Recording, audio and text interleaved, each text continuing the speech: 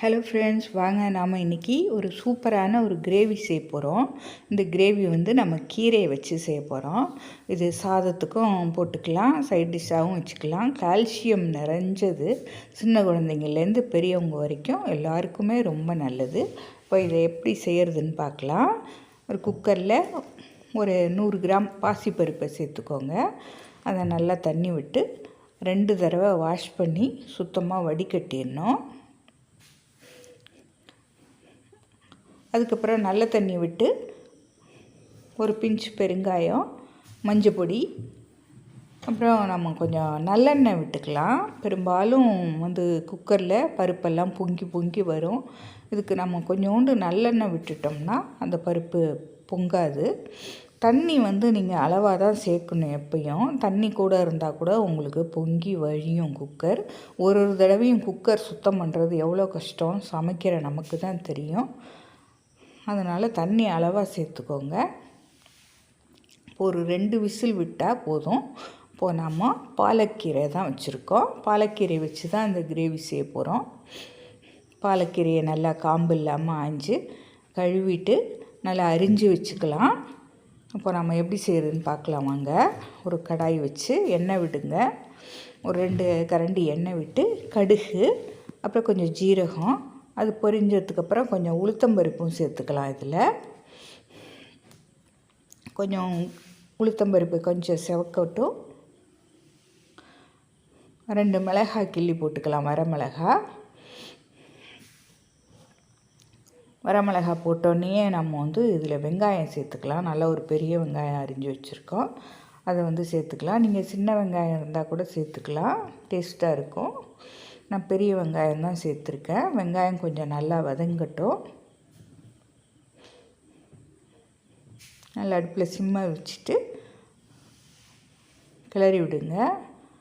வெங்காயம் ஓரளவு வதங்கினோன்னு பூண்டு, ஒரு 4-5 பூண்டு பல், அதை நைஸாக அரிஞ்சு அதையும் இந்த எண்ணெயிலேயே சேர்த்து வதக்கிக்கலாம். கீரைக்கு பூண்டெல்லாம் சேர்த்து செஞ்சோம்னா நல்ல மணமாக இருக்கும், ஜீரண சக்தியும் கொடுக்கும். இப்போ வெங்காயம் பூண்டு கொஞ்சம் வதங்கிருச்சு. நல்லா ஒரு பெரிய சைஸ் தக்காளி, சின்னதாக இருந்தால் 2 போட்டுக்கோங்க, பெரிய சைஸ் தக்காளியாக இருந்தால் 1 போதும். நைஸாக அரிஞ்சு அதையும் சேர்த்துக்கலாம். தக்காளி கொஞ்சம் நல்லா வதங்கி கரையட்டும்.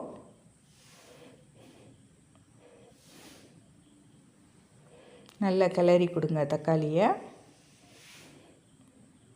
தக்காளி நல்லா கரைஞ்சால் தான் நல்ல டேஸ்ட்டாக இருக்கும் அது. அதனால் தக்காளியை கொஞ்சம் நல்லா வதக்கி விட்டுட்டு அதில் கீரையை சேர்த்துடலாம். நாம் இப்போ பாருங்கள், தக்காளி நல்லா வதங்கி வந்துருச்சு. இப்போது நாம் அரிஞ்சு அலசி வச்சுருக்கிற கீரையை இதில் சேர்த்துடலாம். பாலக்கீரை தான் நம்ம சேர்த்துருக்கோம். எல்லா கீரையும் சேர்த்துட்டு நல்லா கலந்து விடுவோம். கீரையை நல்லா அடியிலேருந்து நல்லா கலந்து விடுங்க. முன்னு போல் நல்லா பரவலாக கிளறி விட்டுட்டு நம்ம இதை ஒரு மூடி போட்டு மூடி வச்சிடலாம். தீயை சிம்மில் வைக்கலாம். தண்ணியெலாம் ஊற்றணுன்னு அவசியம் இல்லை, ஏன்னா கீரை வேகவே தண்ணி விடும். ஒரு மூடி போட்டு மூடிடலாம். ஒரு 2 நிமிஷம் வதங்கட்டும். இப்போ எடுத்து திருப்பி நம்ம நல்லா கிளறி விடலாம் கீரையை.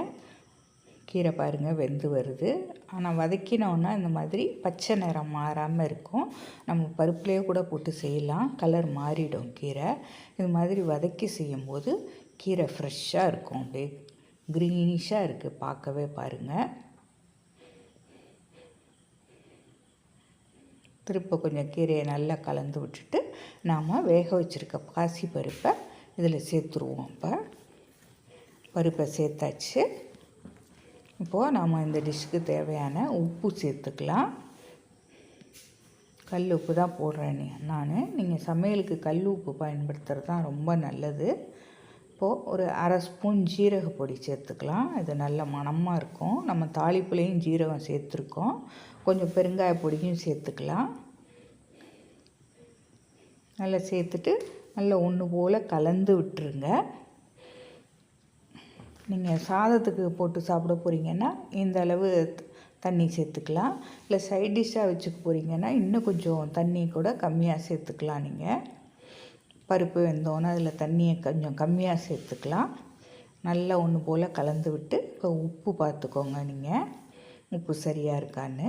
நம்ம மிளகாய் கிள்ளி தான் போட்டிருக்கோம். உங்களுக்கு அப்படி காரம் தேவைன்னா கொஞ்சமாக காரப்பொடி கூட இதில் சேர்த்துக்கலாம். நல்லா கிளறி விட்டுட்டு ஒரு மூடி போட்டு மூடிடுங்க. ஒரு 5 நிமிஷம் கொதிக்கட்டும். இதை சைட் டிஷ்ஷாக வச்சு போகிறீங்கன்னா நீங்கள் தேங்காய் துருவல் கூட இதில் சேர்த்துக்கலாம். அவ்வளவுதான், ரெடி ஆயிடுச்சு நம்மளுடைய கீரை கிரேவி. பாருங்கள், இது நெய் விட்டு சாதத்தில் சுட சுட போட்டு சாப்பிட்டோம்னா அவ்வளோ அருமையாக இருக்கும். சொன்ன மாதிரி இதில் வந்து தண்ணி கொஞ்சம் கம்மியாக சேர்த்துக்கிட்டோம்னா நம்ம ஒரு சைட் டிஷ்ஷாக வச்சுக்கலாம். எல்லா வகை சாதத்துக்குமே இதை நம்ம வச்சுக்கலாம். இல்லாமல் சப்பாத்தி பூரிக்கு கூட ரொம்ப சூப்பராக இருக்கும் இந்த காம்பினேஷன். ரொம்ப ஹெல்த்தியானது. பாலக்கீரை கிடைக்கும் போது இது மாதிரி வாங்கி செஞ்சு சாப்பிடுங்க. நீங்களும் பிடிச்சிருந்தா லைக் பண்ணுங்கள், ஷேர் பண்ணுங்கள். அப்படியே நம்ம சேனலையும் மறக்காமல் சப்ஸ்கிரைப் பண்ணிவிடுங்க. நம்ம அடிக்கடி போடுற வீடியோவெல்லாம் உங்களுக்கு கிடைக்கும். அப்போ தான். Thank you friends.